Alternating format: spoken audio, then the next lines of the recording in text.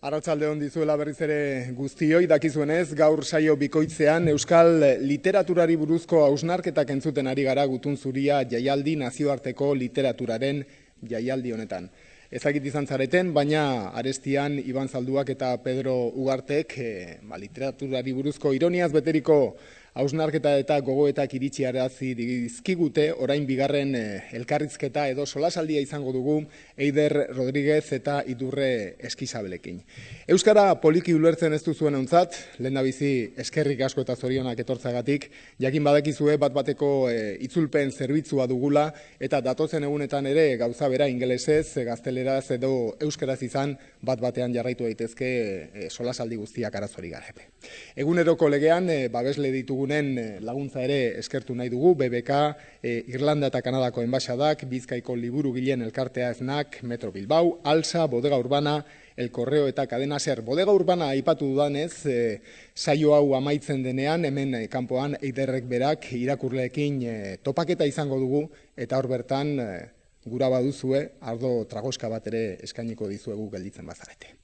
Eta handik gutxira gaur eta haragia lanak argitaratu ditu, baina ziurrenik giza harremanei buruzko liburu batengatik da batipat ezaguna Eider Rodríguez, hau da katu jendea ipuin bildumarengatik esango dut. Euskaraz idatzi badu 11 komedia, gai hau izango dute mintzagai berak eta Idurre Eskizabel kazetariak. Txalo handi batekin arditzagun.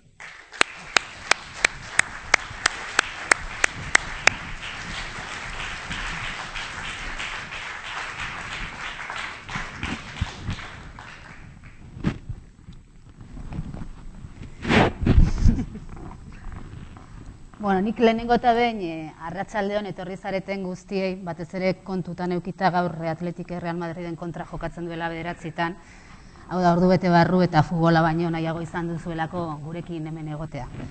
Eta bestetik eskertu nahi nieke baita ere Gutun Zuriaren antolatzaileei gaur hemen Eiderrekin lasai xamarritz egiteko aukera eukitzea. Ze egia esateko Eider eta biok asko egoten gara elkarrekin.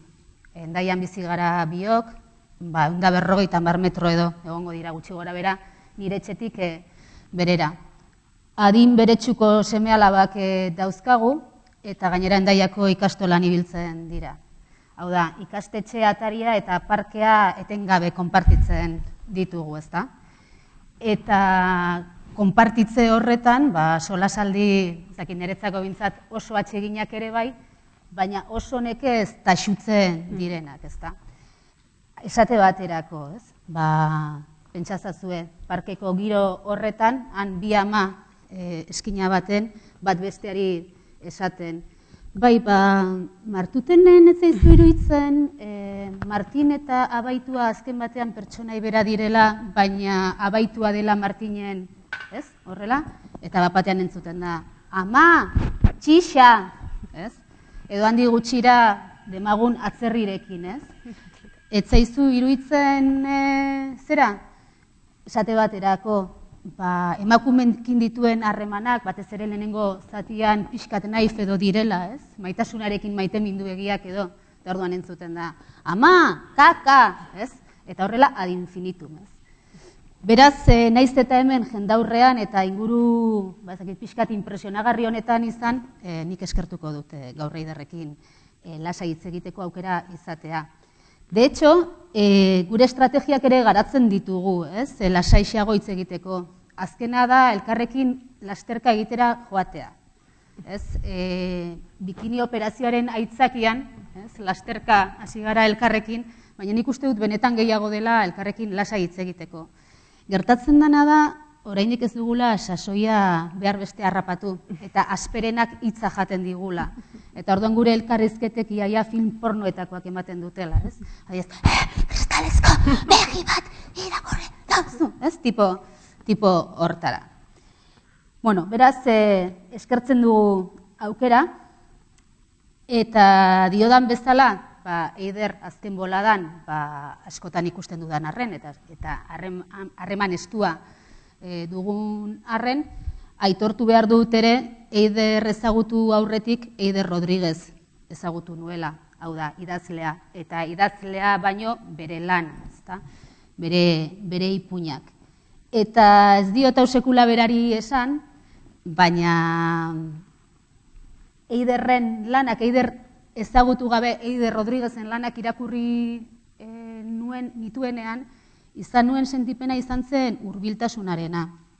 Bai tematikak, bai idazteko modua, hurbilekoak egiten zitzaizkidan, ez? Begirada hortan nolabait rekonozitu egiten nintzen. Ez dakit. Eta niretzako izan zen gauza bat, ez dakit, haundia nolabait esan, ez? Eta gero, alde hortatik, sekulako poza izan da bera ezagutzea, bizkotxo paregabeak egiteaz gain, eta garagardoak hartzeko oso konpainia ona izateaz gain, bere literaturaren egiazkotasuna frogatu ahal izan dudalako, ez da. Bueno, baina maitasun adierazpenak igual intimitaterako utziko ditugu, eta goazen hemen elkartu gaituen gai hortara, ez da? Hau da, Eider Rodriguez deskubritzera edo horretan saiatzera. Gutxi asko jakingo duzue 3 ipuin liburu dauzkala argitaratuta, 35 urte dauzkala, laizter 36, horeretakoa dela, ikusentzunezkoetan lizentziaduna, Sarrion Handiari buruzko tesi bat amaitu berri du, defendatu gabe daukana oraindik, kazetari ibilia, irakaslea EH1, eta batez ere, eta handi gutxira gaur, Haragia eta Katu jendea ipuin liburu horien gatik ezaguna, eta euskal sistema literario horren arabera, edo sistema horren kritikaren arabera, begi zorrotz baten jabe, ez da. Baina noski idazlea izan aurretik irakurle ere izan zen Eider, gaur egun oraindik ere bada, edo saiatzen da izaten behintzat, askotan malabareak egiten eta guzti.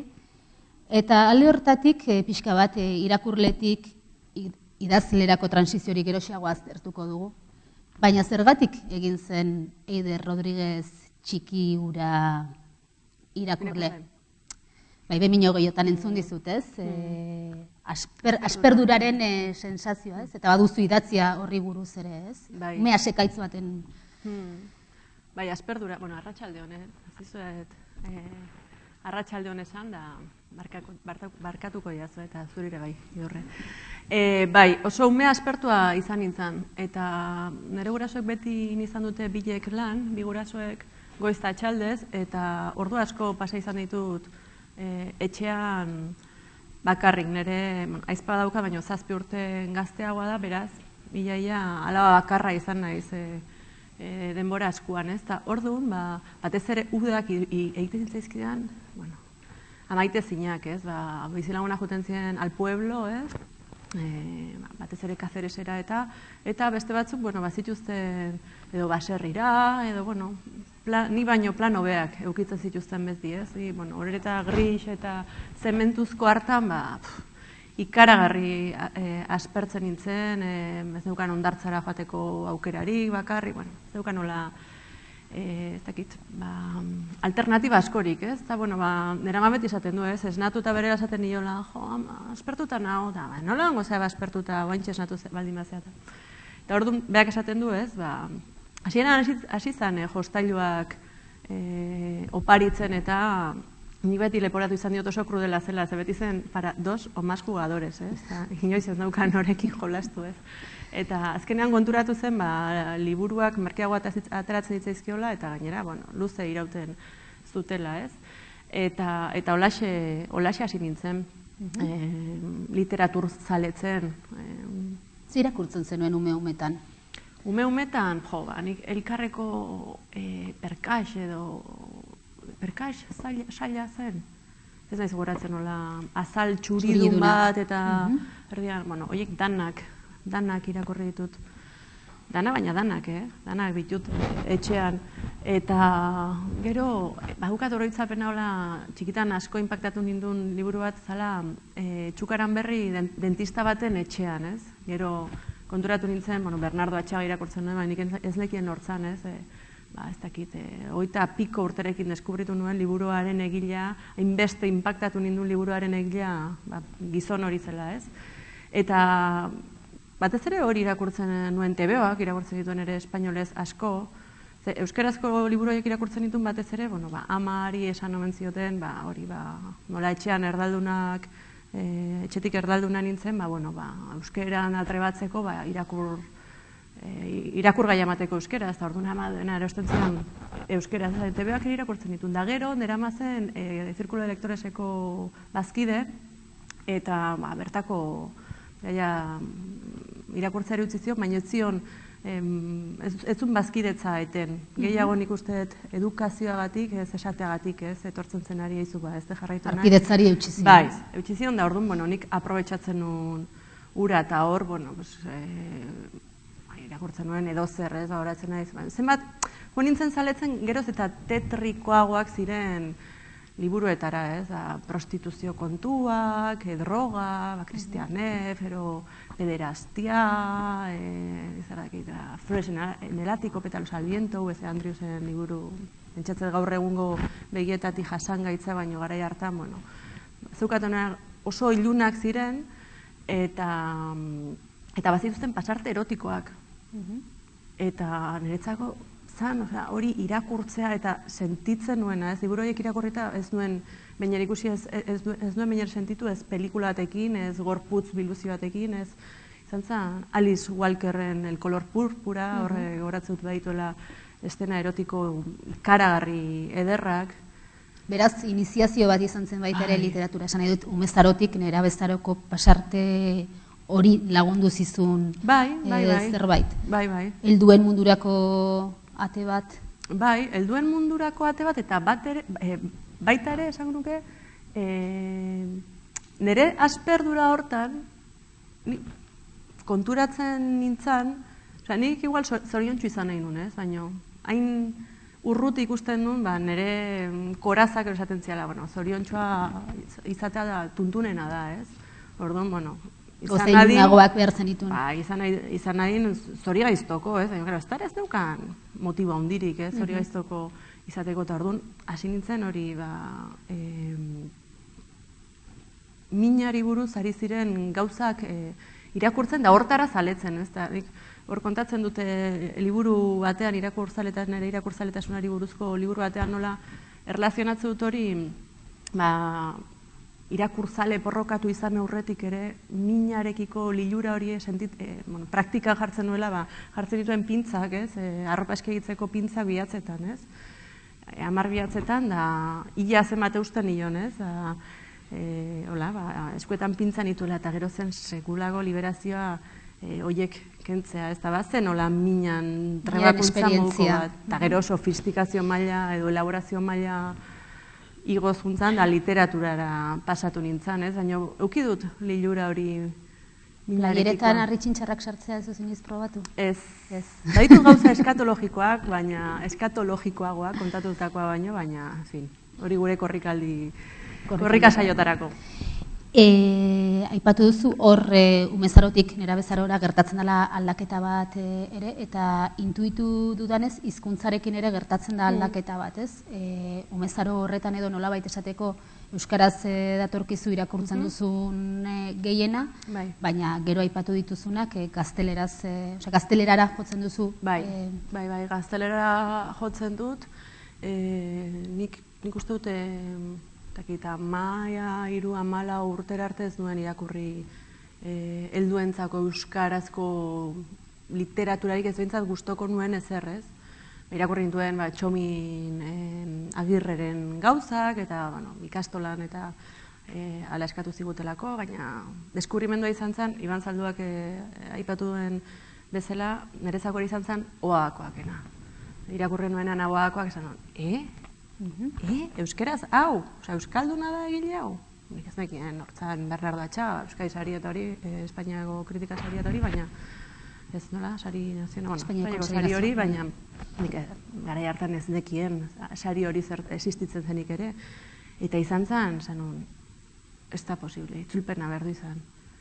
Eta ez astea, zu irakurtzen nuen, euskalduna zen, tipura, eta retratatzen zuna ere, euskalduna zen, nahiz eta gero Amerikak eta izen alemanak, eta baina esaten nuen, jode, nazketa hau posible da, ez da oso hurbileko sentitu nuen da, eta bai. Orduan ez zure irudikapenean nolabait esan daiteke ume literatura eta baserri girokoa lotzen zela euskararekin, eta ez dakit mundu urbanoago, helduago, gazteago, kilikagarriagoa izan daitekena gaztelerarekin edo. Bai. Hala ere, aipatzen duzu, ez? Jon Miranderen Haur besoetakoa zure liburu gogokoenetakoa dela, edo arrastoa utzi dizuen, zer da, beranduagoko irakurketa edo? Nik uste dut pixka beranduagokoa izan zala. Hor garaitxu hartan, baina nik uste dut bai. Zehauze beranduago irakurri nuela liburu hura, eta bai, iruditu hitzaidan ere, nor da hau, ez? Hori, euskaldun bat, eta izan daiteke pederazta, ez? Eta idaz daiteke horrela, ez? Hain modu, ez dakit, estetikokia apreziatzen hasi nintzen literatura, ez? Ordura arte ez bezala. Jon Miranderenean gogoratzen dut, ez? Euskerak ze kadentzia daukan, ez? Esaldiak nedaukat irakurrita noski Schubertera idatzitako bertsioa, baizik eta bestea, ez? Baina ze eder, ez, eta nola dan posible, ez bakarrik edukia ederra dero ekargarria izateaz, baizik eta hizkuntzaren bitartez hori islatzea, ez, eta txoratuta gelditu nintzen liburu horrekin, da askotan irakurri dut Jon Miranderen Haur besoetakoa. Puñaketa irakurri dute, baina ez nauta inbeste harrapatu, ez, baina Haur besoetakoa izan da, bai. Izan zen deskubrimendu bat, baita ere, ez, gauza ilun bat, euskaraz sortua, erretratatzen zuen geografia ere ez ezaguna zen, baina euskaraz zen, ez? Orduan bai, arroztasun punto bat eukitzea literaturak nik uste dute ona izaten dela, ez? Norberetik oso kanpo ikusteak. Pixkat, batzutan urrutiegi dagonean gehiegi izaten da, ez? Baina arroztasun puntu hori uste dute ondo funtzionatzen duela, eta Haur besoetakoak bazeukan. Margeri Duras eta Albert Camus, ez? Maitalea eta arrotza. Baita ere momentu baten, momentu beretsuan da, edo... Nik uste dut, zera, Oagakoak izan zela 13-14 urterekin, esango nuke Haur besoetaka agian 15 urterekin, igual 14 urterekin, eta Maitalea, esango nuke bai, 15 urterekin, da ondoren arrotza, eta gauza bera, ez? Maitalea irakurri nuen, espainolez irakurri nuen, gelditu nintzen hori, baita ere, ez, kadentziarekin harrapatuta, ez? Baina nik oso belarri txarra daukat, ez? Musika, ez naiz bat ere jaioa, ez? Ez daukat, belarri, baitut bi apendizez, buruaren zean, aldamenetan, baina ez daukat. Baina aldiz literaturarekin bai gertatzen zain, ez? Erritmo hori nola hasten, kontatzen zuena bera, egiten dituen elipsiak, hor ja, bazegoen ja plazer estetiko ez hutsa, zer eta kombinatuta zegoen edukiarekin, ez hain uztartze hori ez edukia eta estetikaren artean, esango nuke Maitalearekin lehen aldiz ja, letra handiz sentitu nuela. Eta erotorri zen, arrotza uste dute Camusena asko markatu ninduen liburu horrek ere, badulako desapego bat, ez, gauza kontatzeko oso identifikatua sentitzen ditzen uste dut, ez. Eta bazukan min, baina eutxi bat, ez, baita ere, Maitaleak ere bai, ez, kontatzen dute minetik, baina min eutxi batetik, ez da tragedia bat, ez da... Espektadorearen plano batetik. Bai, eta oso gertukoak sentitzen dituen, ez, idazleon fantasiak, ez, nik bera bezala idatziko nuke idatzi izan manu, ez, sentimendu hori oso ohikoa da, ez, erastentzea, eta, klaro, en fin, baina bai, asko... Bai, baina behintzat zuk alegina egin zenuen, esan nahi dut, irakurketak ematen zizun plazer estetiko hori nolabait zeure sormenera eramateko. Nola gertatzen da trantsizio hori, ez? Ez dakit oso ondo nola gertatzen den, eta ez dakit oso ondo zergatik gertatzen den, baina gogoratzu nun gertatzen den, da Madrilen. Nik karrera bukatuta han nahi nun doktora dutza, eta 2 urte eman nitunan da lehenengo urtean, bizitzen Gasteizkoa zen pixuki batekin, baina etzan euskalduna. Eta ez duen lagun euskaldunik, eta bai hasi nintzen irakurtzen, ez, gehiago euskeraz, ez. 91 urte, betxatzen dute, eta horra nintzen irakurtzen hori, Ramos Aizar Vitoria, Koldo Izagirre, Jose Luis Otamendi, bueno, eskuartean erortze ditzaidana, ez? Eta halako batean, nik uste dut, bazegoela bilaketa bat, ez, euskararekin hori soka eten nahi ez izate hortan, ez, idazten hasi nintzen. Eta bai, zergatik?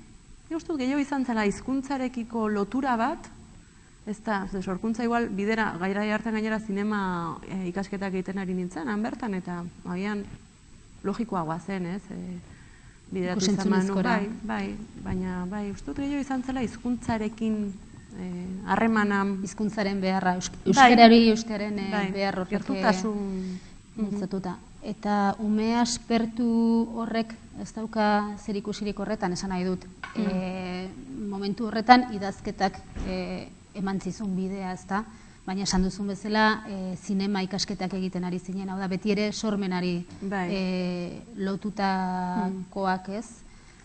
Asperdura horrek eukidezake zerikusirik horretan. Ni beti eukitzen dut, ez? Zurekin halako impresio bat bizitza eskas zaizula, ez? Bizi gehiago, hainbeste gustatzen zaizula nolabait edo, gehiagoren beharra daukazula. Bai, ez dakit gehiagoren beharra, baina bada, igual pixka bat, nola esan, kolpetik bizitu nahia, ez, gauzak, ez modu, ez dakit, erronkak, bai, adibidez, sorkuntza lan bat, ez dakit, orain ari nahiz egiten lan batekin, dokumental txiki bat egiteko, eta jana piztu egiten hau, ez, bai, agian baduka harremana asperdurarekin ez duen, baina ere pentsatu, baina izan daiteke, ez, azkenean sorkuntzak berpiztu egiten zaitu, ez, eta desblokeatzen zaitu gauza askotatik, behir aldatzeizu arpeiaiko kolorea, ibiltzeko modu, dena aldatzeizu, ez. Eta nahiz zaila dan mantentzen, ez, sorkuntza, nire kasuan behintzan, sorkuntza prozesu luzeak ere gogorrak ere badiren, ez, baina hasierako, ez, pizte hoi, ez, hau ingo eta astentzea, eta... Zer ematen dizu? Bizitza. Boterea? Seguro boterea ematen didala, bai, gauza manipulatzeko aukera, gauzak nire begiradez kontatzeko edo azaltzeko edo zedarritzeko aukera ere bai, ez? Eta gero, por supuesto badago punto egolatra eta narzisista bat ere, ez? Nire ahotsa entzunarazi nahi izatearena, ez? Alare, behin baino gehiotan nik uste dut entzun dizu dela, ez dakit justu galdera honi erantzuten, baina bai galdera honi erantzun diezaioken zerbait esaten pare bat aldiz edo bai gutxienez irakurri dizu dela, eta da izelari kaskartzat daukazula zure burua, ez horrela formulatu oso dotore formulatzen duzu gainera. Bai. Eta idazteak ideien ordenamendurako edo inkluso dialektikarako ere bidea ematen dizula, ez? Dialektikan hobeto kokatzeko. Hobeto sentitzen zara hor, idazteak zer ematen dizu? Eskuz idazten duzu adibidez, ez? Oso iztun kaskarra naiz, baina asko dakit, Ez. Zakit zeinan elegantea zen esaldian, Nabokovek esaten duena. Oso pentsalari ona naiz, idazten ez naiz gaizki moldatzen, baina iztun horriblea naiz, ez? Eta, claro, ni naiz, Nabokov baino milioi bat aldiz pentsalari okerragoa, idazte okerragoa, eta iztun zer esanik ez, fatala. Eta bai, laguntzen dit, idazteak gauzak ordenatzen, ez pentsatzen ideiekin bakarrik. Papereratu arte, gauzak ez ditut ikusten. Gertatzen? Ez, hori, beti eskuz egiten dut, ez? Eta oso organikoa da, ez, zentzu hortan, ez? Eta askotan egiten du baita ere, irudiekin eta bozetoak, baina... Marrazten duzu? Bai, gaizki, baina, bai, eta egiten, narrazio batea goratzen dut katu jendeako lehenengo ipuineko etxea, marraztu nuen, nun bizi zen bizilagunetako bakoitza, nolakoa zen bere fatxada, ez bizkat, kokatzeko baita ere, nola gertakizunak nola joango ziren gertatzen, ez, denbora, eta batzutan da hitzez, eta beste askotan da irudiz, geroz eta gehiago irudiz gainera. Beraz, ikustea zuretzako garrantzitsua da, zentzumen garrantzitsua da ikusmena? Oso garrantzitsua. Mutu izateko problema handirik ez nuke edukiko, baina ez ikustea, hori txikitako galdera hori da, ez? Nola, zein maite duzu nahi eta gehiago aita edo ama, baina guk egiten genuna. Zer nahi izan, itxu edo mutu, ez? Dudari gabe mutu. Hume krudelak zineten, Oso. Gure jolas kutxunetako bat zan, ikastola eta gero, elkartzen ginen, horretako Xenpelar parkean, eta nire derragun gidaritzapean edo jolaste ginen urkoaren akatsak ateratzea. Parean zeneukatenaren akatsak. Eta, nik jaramate ditun etxetik pentsatuta, barekielako hortara jolastuko ginela, ez? Eta, zen bullyingarik eta, bai. Eskerrak orduan, oraindik olako gauzak... ING-ak baitik ganetzu den modan, ez? Eta kategoriak lausoagoak. Baina, bai. Ume guztiak uste dut direla krudelak, baina, bai. Lehen aipatu duzu, ez? Bai Camusen eta bai Durasen lanetan nolabait desapego horrek erakarri zintuela, ez?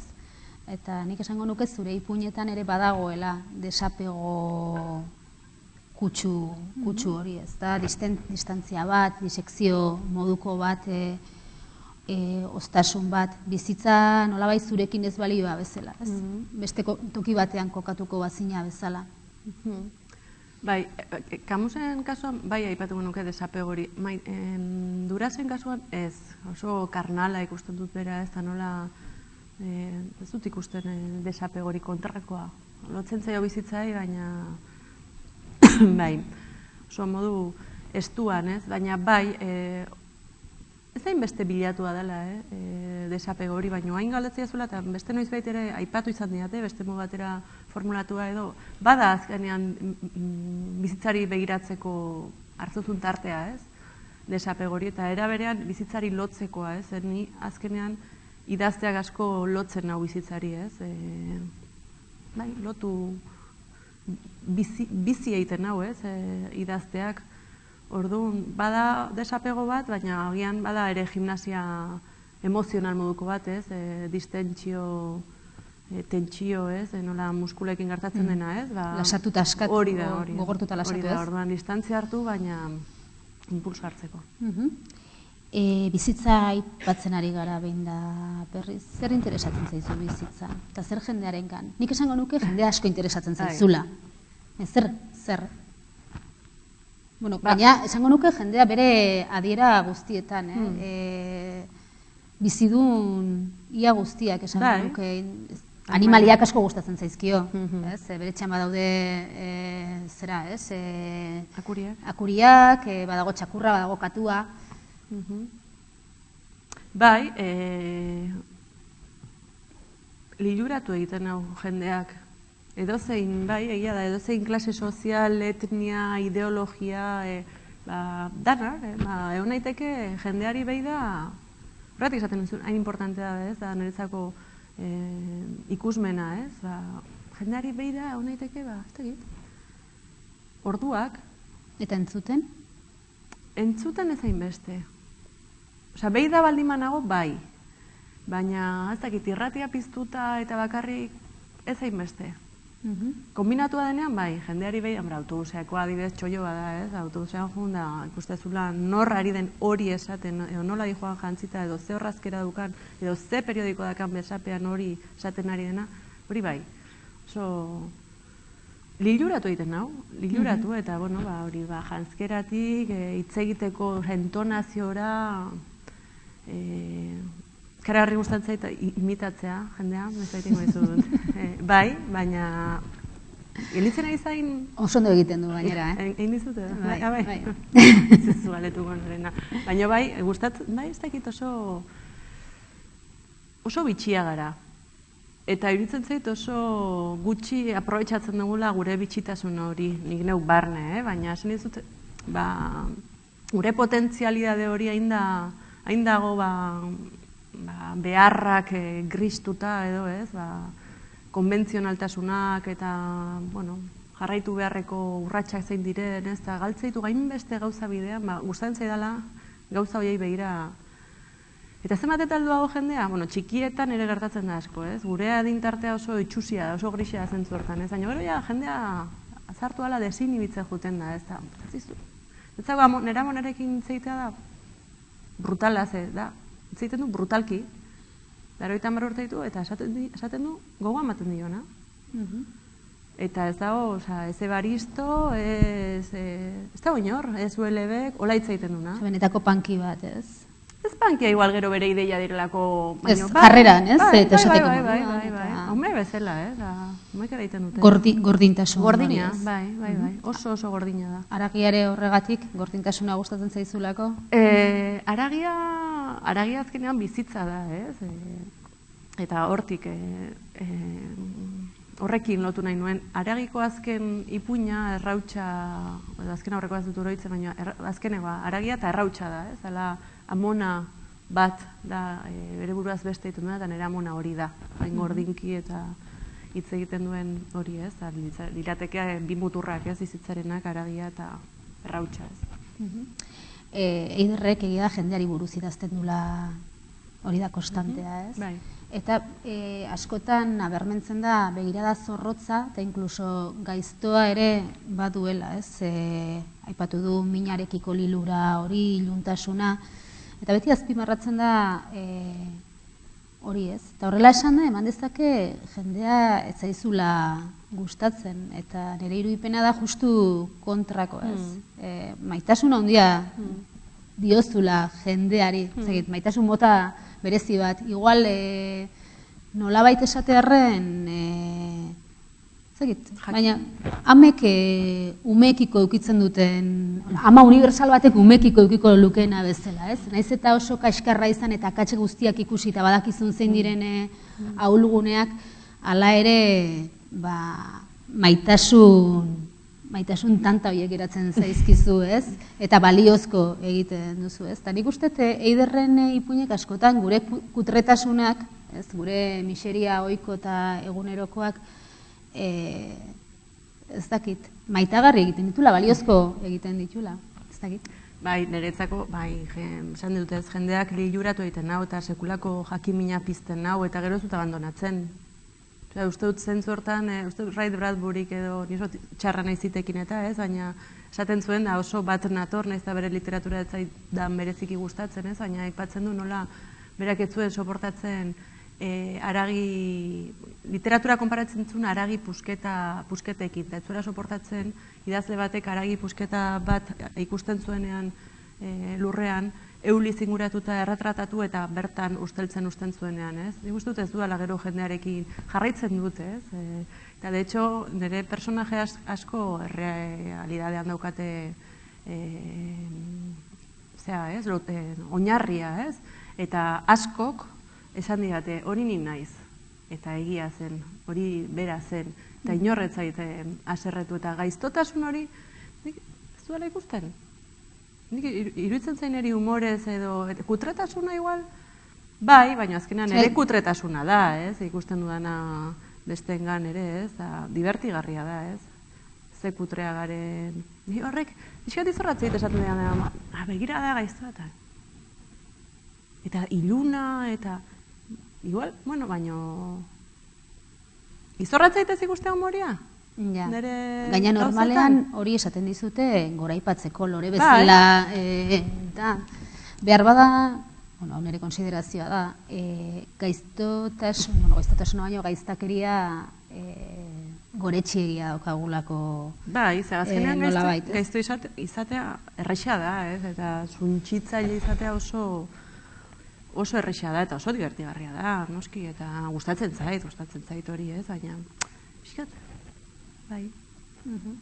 Baina zeu ere jartzen zara, bera ere jartzen da, zure aski plano horretan eta asko eta izugarri. Boterea da beste zure gaietako bat, ez? Boterea eta harreman guztietan nola dagoen botere harremana azkenean, ez? Bai, boterea eta asko interesatzen zait, gure bizana importanteak diren kontzeptuak eta gutxitan ateratzen direnak hori, ez? Izpidera, ez? Boterea, ez? Lan harreman normal batean, ez? Nola juten gehan demokrata txintxoaren plantak egiten eta unibertsitatean bertan, ez? Irakasle naiz eta nola hori, ez? Nik botere bat daukat nire ikasleen gainean eta ridikula egiten zait hori ez onartzea eta ez ikustaraztea eta gero beste kontua nola erabiltzezu botere hori, ez? Mantxakatzeko ez, baino interesatzen zait, osea, bueno, harreman horiek onar dezagun, ez? Bueno, sistema hola da, jerarkikoa da, aldatuko dugu? Bueno, aldatuko dugu, guazen bostu modu batera egitea, ez du aldatuko, ez? Badidez unibertsian, inork ez dauka hori aldatzeko asmo izpirik, orduan, onartu dezagun, ez? Eta boterea edo dirua, zergatik justan zegain beste jendeari ez zenbat kobratzen duen, edo zenbat... Zeitea bere bizitzan hain garrantzitsuak diren gauzei buruz, ez? Eguneroko buruko mina dana askorentzat, ez? Eta ezin berbalizatu hori, iruditzen zait ikaragarria. Bai, badago konsensu moduko bat, ez? Munduko gauzarik itxusiena dirua hitz egitea. Eta era berean motorra da, hain itxusia omen den mundu honen motorra, ez? Eta ez dakit, niri, ez dakit, irua izan daiteke oso itxusia eta oso polita, ez? Baina hitz egitea, bai, itxusitzat daukagu, ez? Eskortesiatzat, edo gustu txarrekotzat, edo, ez dakit, ez? Benetan, zuku diozuna, ez? Benetan ezpalegoko botere harreman bat da, ez? Izugarri ondo idazten duzu. Eskerrik asko. Ez esango nuke bereziki zehatza zarela idazterakoan. Asko pentsatutako zerbait da zure idazkeraren nondik norakoak alegia. Horrela idatziko dut, adjetibatuko dut hemendik aurrera gehiago gutxiago lirikoa izango naiz, hotzagoa, buelta asko ematen diozu herri? Buelta baino gehiago, emateizkiot buelta asko berridazketari.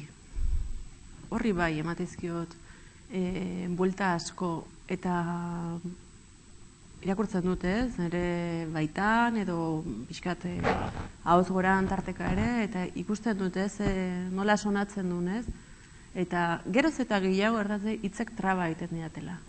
Geroz eta gehiago. Oza soilagoak behar dituzula?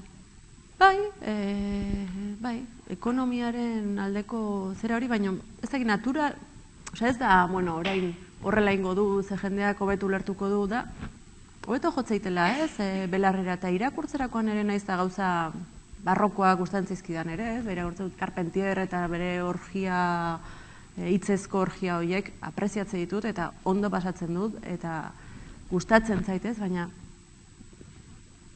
ez dakit. Ni ez nintzateke jungo ere zera nola ditzen dira lentejuelazko jantziekin, ez naiz horrelakoa. Estimatu ezake, ikusterakoa, gustatzen zait modelo hori, baina ez da niretzako modukoa. Literaturarekin gauza bera.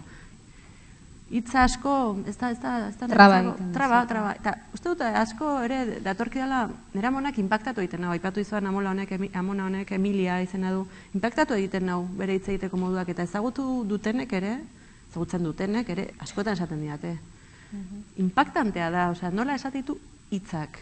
Nola lau hitzekin, baina eta analfabeta da, ez dak idazten. Badak irakurtzen, ez dak idazten. Eta nola hori lau hitzekin marrazte izun, ez dakit. Egoera oso bat behar bada. Bai, bere haurtzaroko kontuak, edo... Askotan, gorazteit bere izkera, ume izkera, ez dakit nola goratzen du Burgosekoa bera, ez? Jaioz eta Burgoseko beroa, ez? edo, marrazteizu, ez? Hitz txoro batekin, ez? Zuretzat oso arrunta den hitz batekin, baina kontestu hortan beste indar badaukana, ez? Eta jartzuzu 7 silabako bat eta... Ikusten duzun hitz badazkenean. Bai, gorpuztu egiten hori da, dena. el niño que gritó puta, ez? Horre daukan indarra, ez? Ume bat entzutezunan nengo aldiz puta esaten, ostia, esatezu, ez? Zakit, ez? Patatu egiten zaitu, ez? Eta uste dute, bat da otorkidala, ze denbora asko pasadut beraiekin, eta, bai? Beraz, genetikoa.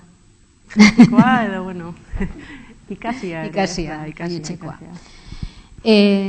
Noski idazle ez ezik pertsona zara, lehen aipatu dugu, irakaslea. Egunero saiatzen, ez? Pertsona izate zera hortan. Eta, ez dakit, zalantzak eduki ditut ezaugarri hau hemen aipatu edo ez, ze adiez aurreko solasaldian ez dute halakorik aipatu, ez? Zu emakumea zara, ama ere bai. Horrek nolabait baldintzatzen du zure jardun literarioa, idazketa? Bai. Nola? Dudarik gabe. Horrekoek ez dute aipatu, ez dutelako behar izan, bestela aipatuko zuten. Bai, ikaragarri baldintzatzen hau, idazteko disiplina erabat aldatu zait, irakurtzekoa ere bai, intimidadea urratua etengabe oso zaila da, ez? Intimidade maila bat lortzea, ez? Ikertzen ari naiz nola egiten den hori, ez? Baina bai, ikaragarri. Bai, hori da, Eiderrek Laster Euskal Herriari egingo dion ekarpen handietako bat, ez? Nonbait ari da ikertzen emakume idazleek nola uztartu duten ama izatea idazletzarekin, ez? Irene Nemirovski aipatu zen idan, Silvia Plath, ondorioren bat ateratzen ari zara edo... Bueno, asko dauka dala, nik behintzat ikasteko haiengandik. Eta, bueno, apegoa eta gauza horiek beste modu batera bizi zituztela eta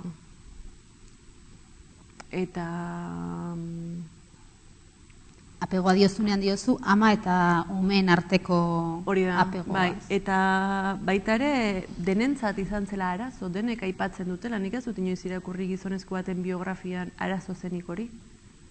Gizonezko idazle baten biografian. Emakume idazle hauek beti planteatzen dute, ez? Edo agertzen da non baita, ez?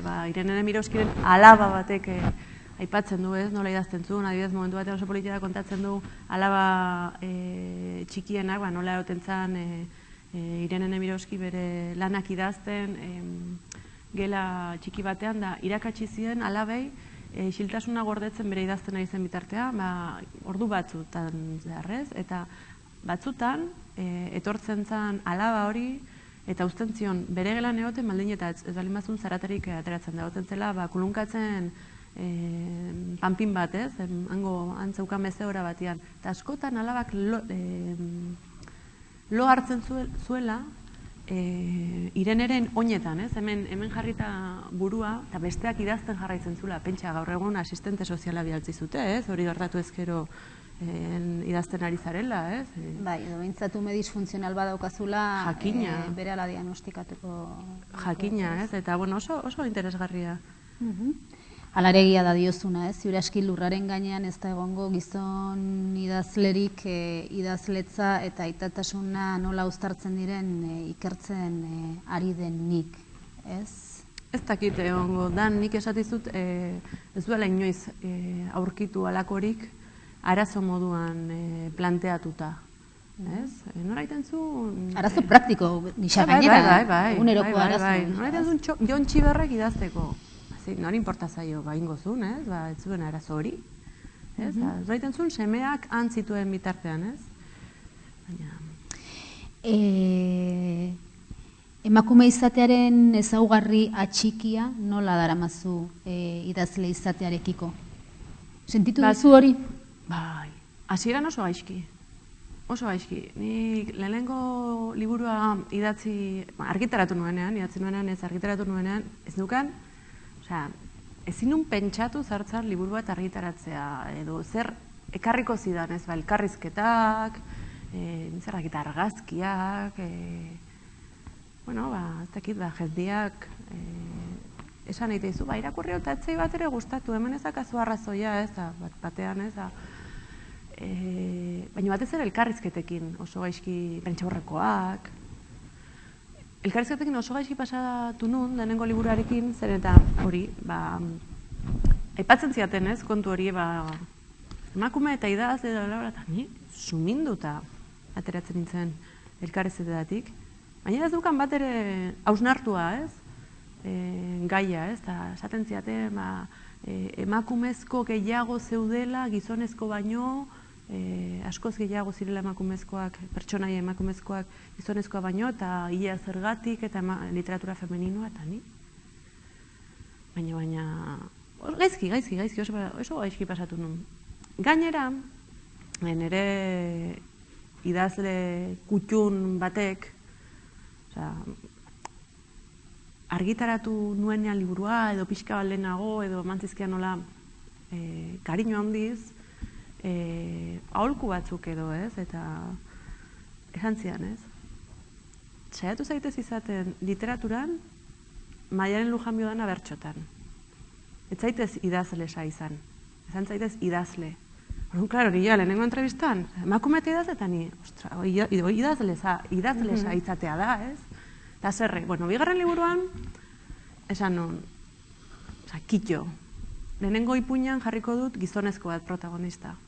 Baina, irakurleak ez du jakingo, amaiera arte, gizonezkoa danik. Orduan, jolas hori edo, ez, eta orekatzen saiatu nintzen, pentsatzen dute emakumezko gehiago daudela, bigarren liburuan ere gizonezko baino, egin nuen esfortzu bat, ez, pixkat, usatzeko etiketa hori nire gainetik, ez, baina, atxagari ez diote galdetzen, ez? Nizerrakit, edo zein gizonezko hori ez diote galdetzen alarako zergatik niri bai, ez? Eta aldiz hirugarren liburuan asko relajatu nintzen, gai horrekin. Bigarrenean, hasi nintzen hausna hartzen da zer, eta hirugarrenean ikusten imposiblea zela. Zukale eginagatik inguruak beti izango nintzela, neutrotik kanpokoa, ez? Osea, ni ez nintzen neutroa.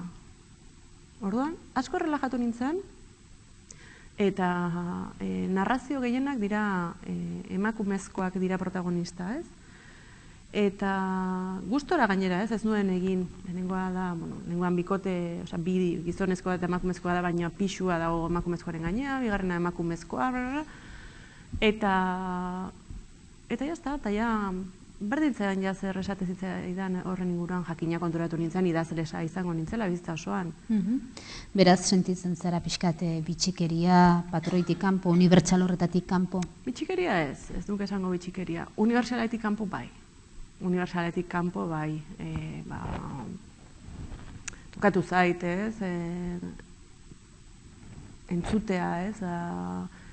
Batez ere, hirugarren liburuekin, emakume kontu gehiegi, ez? Osea, oso burgesa. Emakume, amatasun, edadearen... Bildurra, edertasunaren galera, emakume literatura. Eta horrek balioa, kritikotasuna kenduko balio bezala, interpretatuta, ez? Kritika txarbazan. Eta hori bai, ez da, unibertsala ez da hori. Neutroa dena da unibertsala, eta hori ez da neutroa, ez. Eta... Legia, feminismoaren pertsonala politikoa da lelo hain egiazko horri oraindik asko falta zaiola jendartean txertatzeko. Sekulako susto hartu dut horrekin, sekulako susto hartu dut horrekin zenik, ez duen. Oso inozentea izan naiz gai honekin, ni horatzen naiz 22 urterekin edo banuen lankide bat frantziana, txalaparta argitaletxean egiten nuen lan. Eta pentsa, 22 urte nituen ja, nintzela omemokoa eta santzia, marko genuke, aldizkari bat emakumezkoentza bakarrik. Aizea, emakumezkoentza bakarrik? Bueno, favorez. Gaia gainditutako... Ez hainbeste gaindituta, baina ez nion ikusten nork eukiko du interesa edo... Eta, joan nintzen, bildurtzen, Mildurtzen, da uste dut gero konturatu naiz, jende askori gertatu zaiola hori, emakumezko asko feminista egin direla, nera bezaroa ja utzi dutenean atzean, eta ja, bueno, 30 urten bueltan edo sartu direnean. Eta oso interesgarria da, ze ja, astentzara ikusten, bueno, astentzara ikusten. Gauza asko, astentzara ikusten.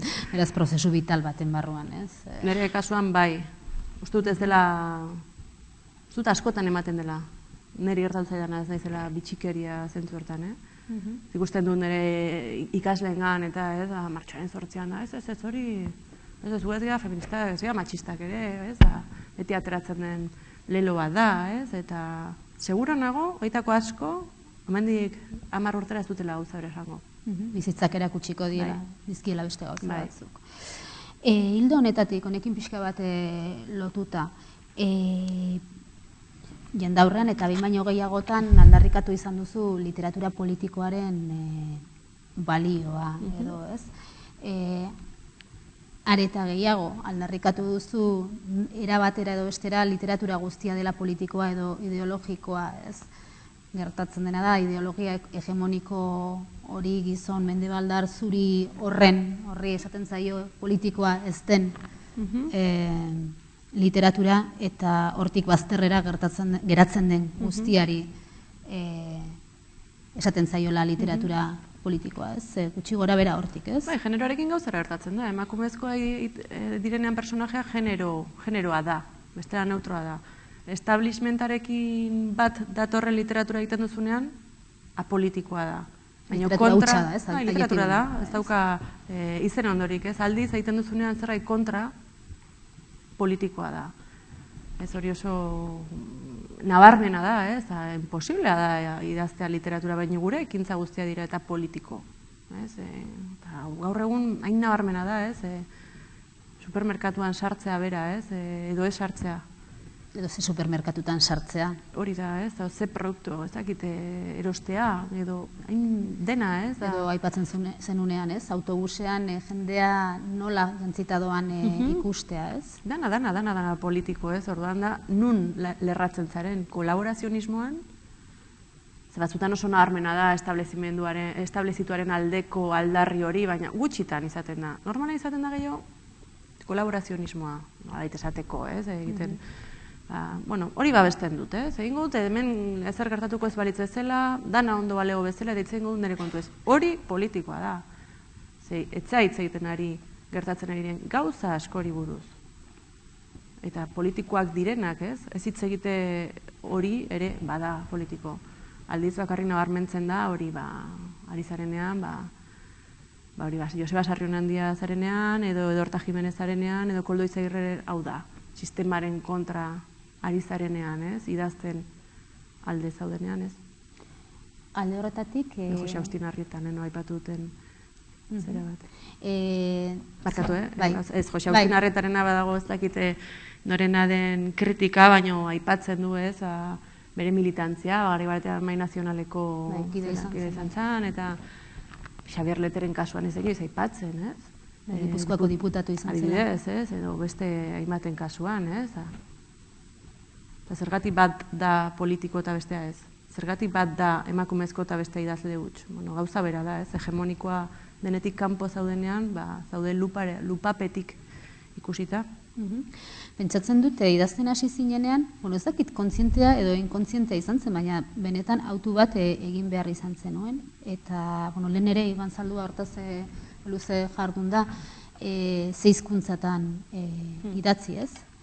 10 hizkuntza gaztelera duzu, eta hala ere euskara hautatu zenuen hizkuntza literario gisa, eta gainera esan duzu, idazle izatea ere hizkuntza eutxinaiari oso lotuta dagoela. Hori intuizioa da, ez daukat oso argi, baina izan daiteke. Eta autuarena, ez, hizkuntzaren autuarena. Ez dakit kontzienteki, ez dakit... Horren, etzago kontzientek eta inkontzienteki pentsa ezina zen gaztereraz idaztea. Ez zitzaidan inoiz burutik pasa erein. Nola idatziko nuen gaztereraz nire ikasketak eta nire ez dakit, nire herri ikuspegia edo irudikatzen manuen beste hizkuntza batean, ez? Zergatik? Jakina dela dagoela, pentsatzut hori galdetu nahi azula, ez? Erabaki bat dago, ez? Bai, erabaki bat, baina aspaldi hartutako... Berezko, zurekin datorren erabaki bat nola baita? Bai, nire bizitako esparru askotan aplikatu dudan erabaki bat, ez? Euskaraz egingo dut. Literatura ere jakina euskaraz egingo dut.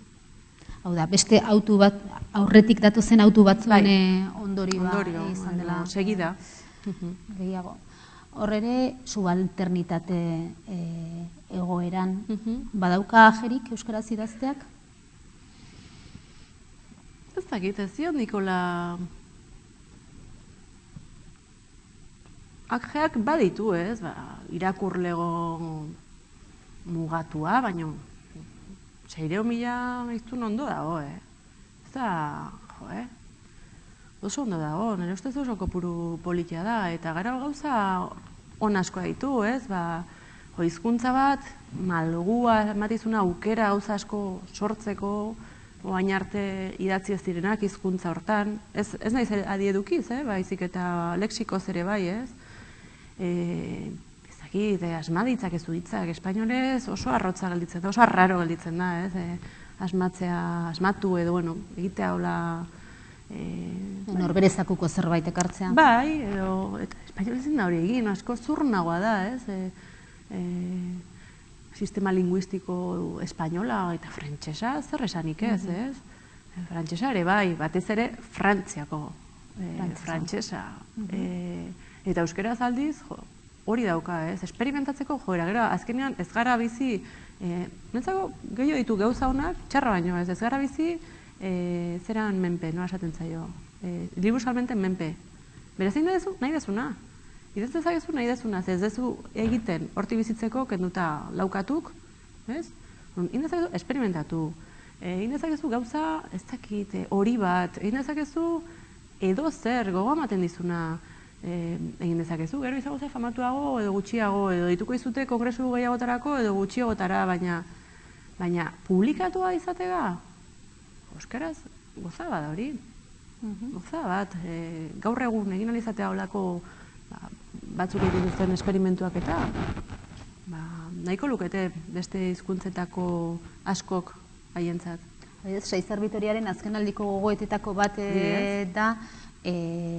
Beste sistema literario baten ezinezkoa litzateke martuten argitaretzea edo ezinezkoa...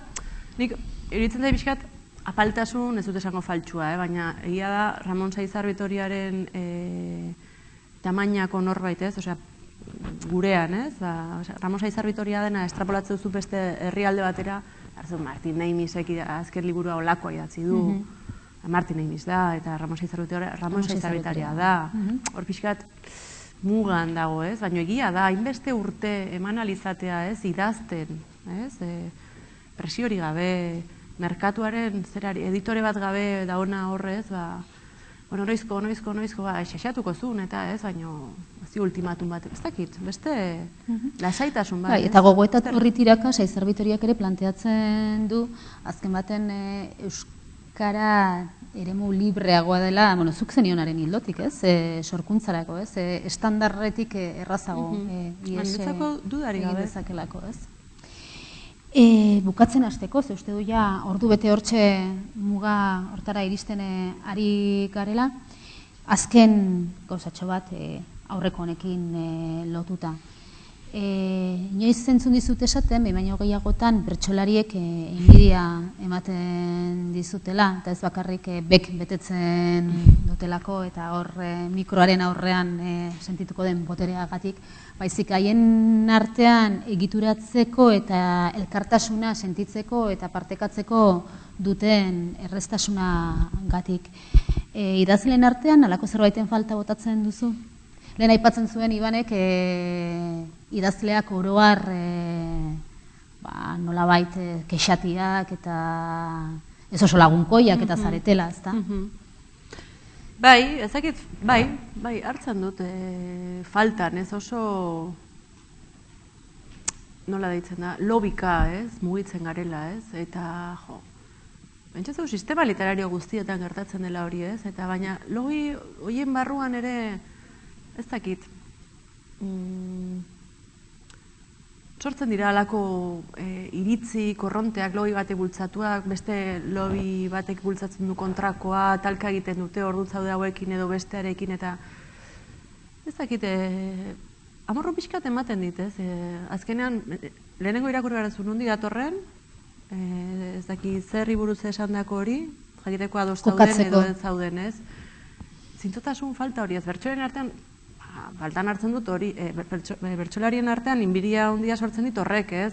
Nik bertsolari desente ezagutza ditut, eta batzuk nahiko gertutik, ez? Eta behin ere entzun, gauza txikiak edo, bueno, hau pixkat arroa da, edo bestia oso lehiakorra da, edo honek ez dizu inoiz utziko bigarren kantatzen, edo... Baina, badago, hor koesio moduko bat. Gero, bestalde interesgarria idazten artean koesiorik ez egotea. Azkenean, igurtzi horrek, teorian, gatazka horrek ez, sortu beharko luke zerbait dialogo bat, baina ez du sortzen. Ez du sortzen. Gehiago da gerra itxu bat edo, ondo da, hola, sistema guztietan da, hola, ez, baina, bueno, batzutan, divertigarria ere bada. Ez, azkenean paperezkoa dira balak, ez, baina bai, ez dakit. Gaina badirudi ez, idaztea badala banakoaren, ez dakit, banakoaren eta bakartasunaren adierazpen gorena, subjektibitate arena. Hala da, edo hori ere ideologikoa da. Idazletzari buruz daukagun, ofizioari buruz, ekarpenari buruz, literaturari buruz daukagun ikuspegia. Ez dakit erantzuten galdera horri, bada oso lanbide oso zera kabroia zentzu hortan, ez, ordu asko pasagarrituzu irakurtzen, bakarrik idazten, zintzen galdera, ila dan? Ez, gure irudikapena literaturari buruz, idazle izateari buruz hori da, ez, bera bakarrik eta horri zuriari aurre egiten dion banakoarena, ez, baina konstrukto bat ezote den baita ere, ez. Izan ote daiteken askoz ere lan parte, nahi dut, bertsolariek ere azken batean bakarrik egiten diote aurre sormenari, ez, momentu bakoitzean, baina badago egituratze bat. Nik faltan hartzeuta, adibidez, ikaragarri gustatzen zaizkit biografiak, edo zinenak, baina gustatzen ditzen zaizkit, ez da, idazleen biografiak irakurtzen dituzu eta tertulia, literaria, badakit, fantasiatik, bale, d'akuerdo, badago parte hori, ez, baina itzaiten zuten, ez, literatura bat edo beste sortu nahiaz, eta nola eraiki, eta ez, hauek koldar batzu dira, ez, hauek sistemari, ez, ugin behar dugu vanguardia, eta nola egiten dugu vanguardia, eta vanguardian artean, ez, agizen bat talde, eta, bazeuen hor, gero bakoitzak bere estiloa zeukan, baina bazeuen hor gauza komun bat, ez, elkarrekin, aurregin nahia, ez, zeuen sistema literarioa di, esan dezagun, ez? Bakoitza bere modura, baina ideia batzuk eztabaidatzen ziren. Partekatze bat, ez? Sare bat. Zegoen, ez? Gaur egun ez dut ikusten. Agian ez daute egon bidatzen, agian hori da. Begirada gaiztuaren famagatik, ziur aski. Uste dute ordu bete pasa dela, ez dakit jendeak galderarik baduen, ez duen.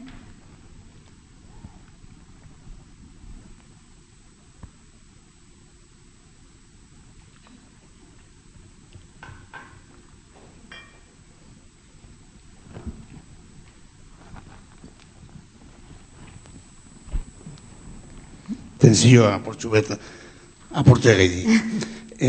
Endaian bizi zara eta seguru Frantziako literatura eta frantzesez idatzitako literatura ezagutu gozu. Horrek plus bat ematen du zuk egiten duzun lan horri, edo ematen dio plusik. Plus bat? Ez pentsa Frantziako gaur egungo literatura gehiegi gustatzen zaidanik, Uste dut oso liluratuta daudela ere beraien hizkuntzarekin da hitzekin eta nola gauzak moduan pulos batean eta ez pentsa gehiegi gustatzen zaidanik. Zuzen zaizkit idazle batzuk plus bat, dena irakurtzen dugu itzulia gaur egun estatu handietako literatur sonatuena irakurtzen dugu. Bueno, daukadan suertea edo da, nahiz eta Endaian ez dago ganorazko liburuen da bakar bat ere, izan ere Baionara arte ez dago, Donean Lohitzone badago bat, baina kioskoak daude. Eta baduka suerte bat arteka, bitxikeriaren bat, topatzen duela adibidez, liburu bat ez dagoena, uste dut bakarri dagoela inglesez eta frantsesez, Steven Tesitzena uste dut deitzen dela, eta Karu, eta orain txasin ez irakurtzen, eta baina gutxitan gertatzen zait alako sorterik. Aldiz bai gustatzen zait irakurtzea, frantsesez irakurtzen dut, baina ez dut menderatzen, irakurtzen dut, ulertzen dut, eta badago hor tentsio bat, hizkuntzak emate izuna, ez duzunean irakurtzen, eta hitzen beste alde batzuk ikusten dituzu, etimologikoa batzutan, edo asmatzen dituzu, esaldiek beste aberastasun badaukate. Gustatzen zait asko irakurtza hori kontrolatzen ez ditudan, bakarrik frantsesez irakurtzen dute, espainolez eta euskeraz aparte, inglesez, gaizki baina. Frantsesez bai, eta badago hor tentsio polit bat, ez duzu ondo ulertzen, baina ulertzen duzu, eta matizak asmatzen dituzu, beste erlazioa dago hitzekin. Hori agian plusetakoa da, baina alde txarrasko moitu beharra dira, euskaraz zerbait erosin duzu bakoitzean. Euskarazko literaturaren nobedaderen bat eukitzen dute, ez? Liburutegian, mediatekan. Nik, atzaldean. Atxaldean. Galdera baino gehiago matizazio bat ite gustatuko litzaidake, ze emakume eta idazle gaiari dagokionez iruditzen zait niretzako idazle ona zea. Ez zait emakume idazle ona. Osea, idazle ona zea. Hortik hasita, eta hor bukatzen da. Baina iruditzen zait baita ere askotan emakume idazle, gizon idazle sartzen garela bi bando egitera eta egia dela emakume literatura badagola eta gizon literatura badagola o gizonkeriana, baita iruditzen zait euskal literaturan gaur egun gertatzen ari den gauza interesgarrienetako bat dela gizonezkoek gizonezkoei buruz idazten duten literatura. Hau da, Ramon Zaizar Vitoriaren nobeletan kasu gizonezkoak izango dira patetikoagoak beti emakumeak baino. Eta Julia da protagonista bat, goitik berakoa, bere garaian Giselle ere bazena egunero hasten delako, naiz da gizonezko batek sortu. Eta hori gertatzen zait baita ere zuen, zure pertsonaiekin, hau da, ez naiz gelditzen nork sortzen duen pertsonaia, baizik eta pertsonaia daukan indarrarekin, ez? Izan gizonezko, izan emakumezko, eta hor baita ere, Uxue Paulazaren lur pertsonaia, eta hor badaude pertsonaia batzuk errotikakoek dienak. Orduan, bai iruditzen zait idazlearen proiektzioan emakumetasunak garrantzia handia daukala elkarrizketak ematerakoan eta azkenean gizarteko ajeak kazetaritzan eta medioetara iristen direlako, baina ez zait iruditzen badagonik hor eta emakumen artean ere idazteko mota asko daude eta gizonezkoen artean ere. Baita, orduan, apreziazio txiki hori egin nahi nun, ze bai egia da gizonezkoei ere egiten zaizkiola kritikak oakoak baten osoen pertsonaia emakumezko gutxi daude eta hori kritikatu izan zaio Atxagari bere garaian. Joseba Gabilondok eta izango dira igual periferiatik eta margenetik egiten direla, baina usten dut kontuan hartu daleko apreziazioak direla, beste gabe. Eta gero kaldera batekin bukatzeko baita ere, aberroain ipuinekin jarraitzeko asmoa dezun, edo aizan idazten, edo horri buruz beti nahi izaten dugu jakin gehiago, zen irakurrak zai gaude, eta horren inguruen, beste gabe. Mi esker, Mikel, eta esaten dezuna, ez dut ondo ulertu elkarrizketaren ajeak, esan dituzu galdetzen digutela hori, ez? Baina gero kontuan hartzerakoan edo...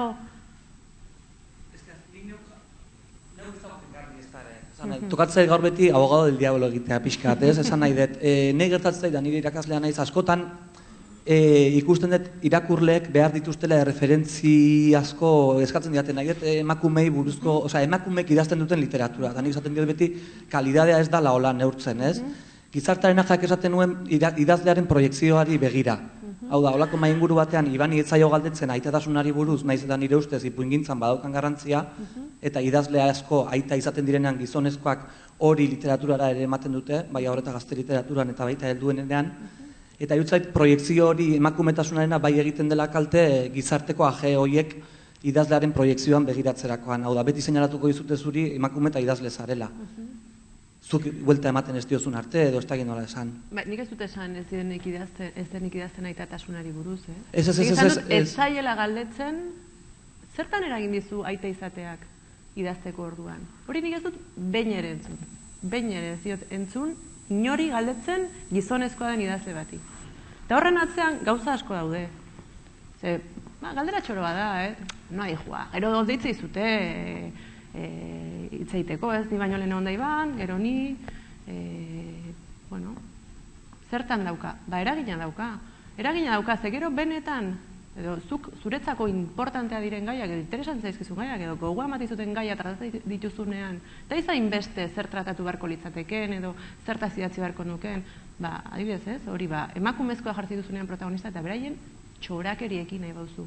Ez, bira, goratzen dut, ez, baina, goratzen nahi naiz, oain txerakurri dute Irene Nemiroskiren biografia, eta aipatzen du, berazela, arpiduta zeola, aldizkari folletin batera, horia guztiz, eta piloa guztaritzeola. Zeukala jarrita, bere bizilagunaren izenean, ze enteratuko alira, bere irakurleak, arpidetza hori zeukala, bueno, zer gertatuko tezan, ez? Osa, badira, emakumeari lotutako alderdi batzuk, gizonezkoari lotutakoekin gertatzen ez diren bezala, ez futbola. Futbola oso literarioa da. Ondo galitzen da. Nenork esaten du ikusten duela, edo konsumitzen duela gauza hori bat, hola. Oso jende gutxik. Badira alderdi batzuk emakumezkoena tabua direnak. Eta argi daukat hori, eta geroz eta argiago. Esatizut, leheno, askoz inozenteagoa nintzen, ez? Kontu hauetan, baina, esatea hori, emakumezkoa eskoiturako, intimoa, edo, zerrekin identifikatzen da literatura femeninoa, zer da? Intimotasunari buruz hitz egitea hori da. Kritikariek esatutenean literatura femeninoa, eta badago, zer da? Zer Richard Ford literatura maskulinoa da? Baina bada. Osea, azkenean, ez dakit, baina literatura... Bai.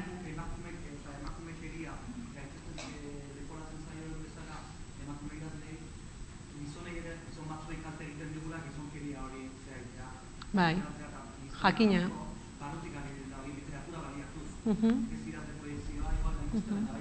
Bai, bai, bai.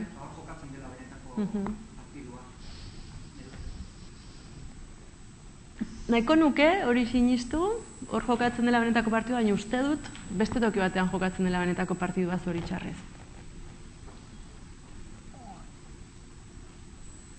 Lehen, esan dozu, argi izan zenuela jazteko hizkuntza, ez? Argi euskera izango zala. Baina gero, kurioso iruditu zaiz, apur bat, bueno, zuk egiten dituzu itzulpenak ere gaztelinera, ez? Hori nola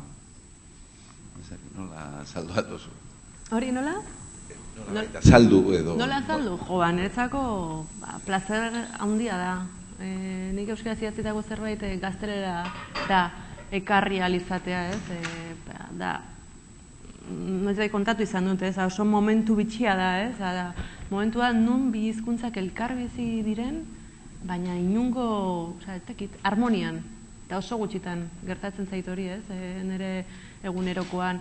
Eta gainera, zure burua itzultzeak emate dizu beste berriazketa bat egiteko aukera, zure lana beste ispilu batean ikusteko aukera eta hobetzeko aukera, ez bat ere hori literal dana hitzez hitz itzultzen duten hoien alde, ez nago, indezala norbera nahi duena, ez nik ez dut horrela egiten, eta niretzako marabila da gaztelerara itzuriar izatea, ze gainera hori bada nire hizkuntza bat, ez? Eta gor, konbibentzi polit bat, ez? Estresik gabea.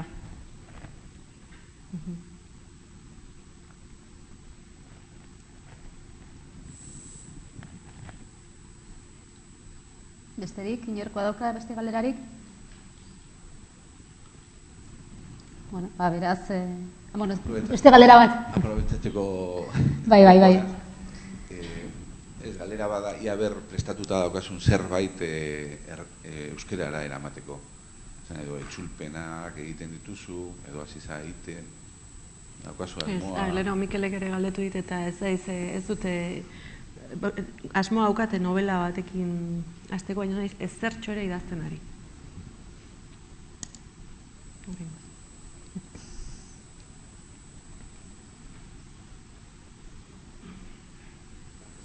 Beraz, eskerrik asko denoi.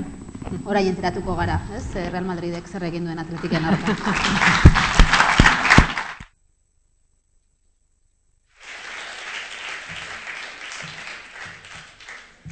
Eide Rodríguezek eta Idurre Eskizabelek izan duten elkarrizketaren eta solasaldiaren ondoren lehen egin dizuegun gonbita berretsiko dizuegu Gutun Zuria jaialditik, alegia hemen kanpoan auditorio honen ezkaratzean idazleak irakurleekin izango duen topaketan gelditu eta tragoska bat hartu dezazuen. Mila esker eskainetako arretarengatik zueri ere bai, eta hurrengo bat arte.